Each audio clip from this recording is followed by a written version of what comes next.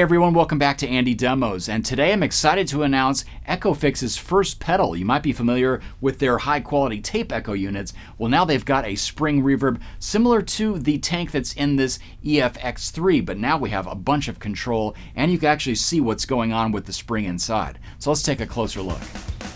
The EF-P2 is a genuine spring tank pedal capable of adding classic reverb effects to amps and studios in a compact enclosure. A look through the viewing window shows a real spring tank, highlighted by a signal status LED for visual feedback.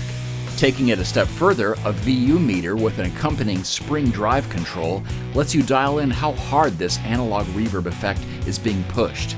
And the EF-P2's high voltage rails means it could match instrument or line levels with exceptional headroom and dynamics, even with pedals in front. Bass and treble controls cover a wide variety of spring voicings, from warm studio-like decay to classic surf and everything in between.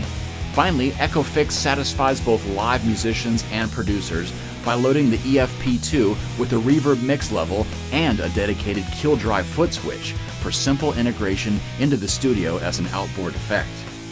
Like previous Echofix creations, the EF-P2 Spring Reverb hails from Australia and is an audiophile grade piece of kit, including buffered bypass and soft click relay switching. Check it out at echofix.com.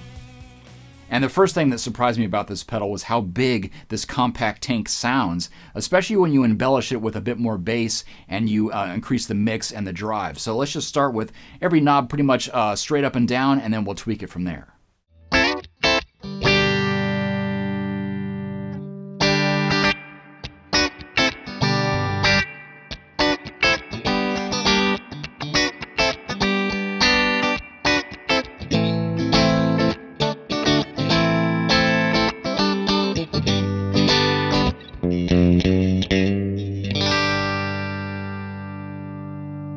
Here's more of the mix, which is pretty much like rolling up the reverb knob on your amplifier.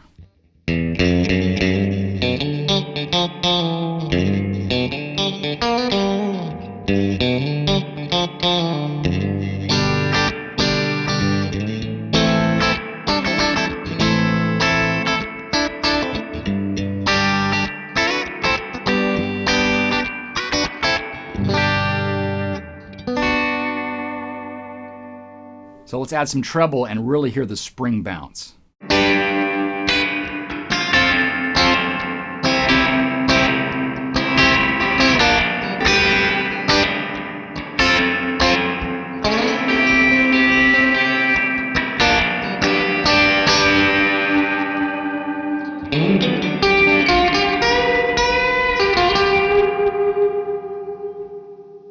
So obviously we're getting a bit intense here by increasing the drive and leaving that mix up. So let's back things off with the treble, the mix, but also just fatten it up while we're here with the bass.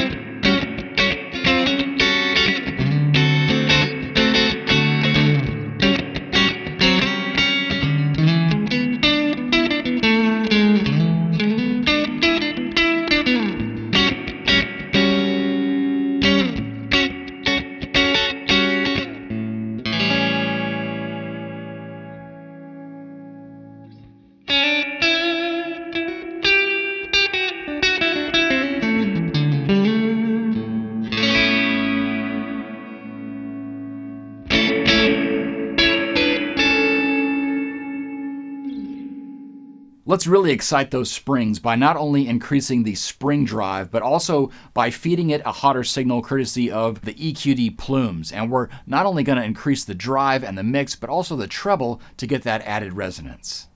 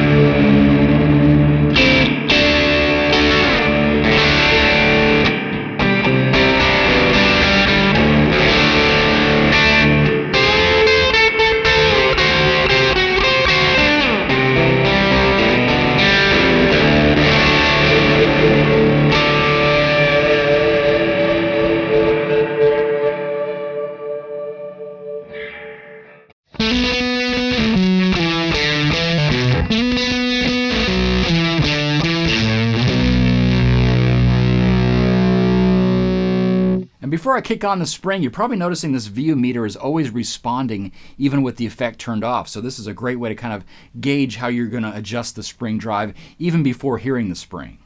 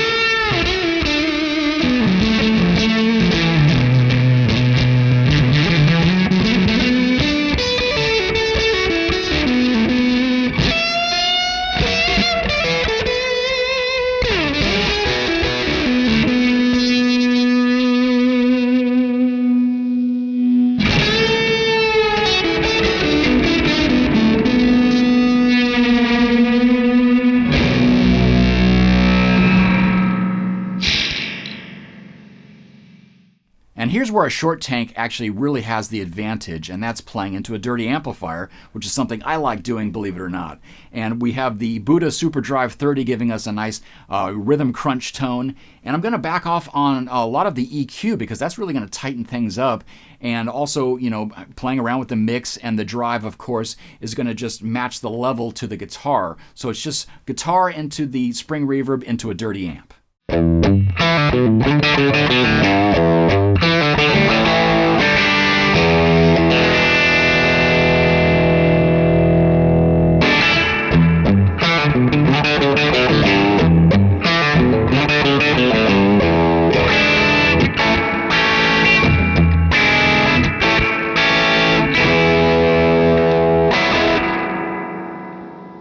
So it's a little over the top here, and this is not normally how this reverb would sound going into a clean amp. So the first thing I want to do is just kind of control the levels, back off on the drive, and then use the EQ, like I mentioned, to kind of sweeten up the sound. So I'm going to be backing off on both bass and treble.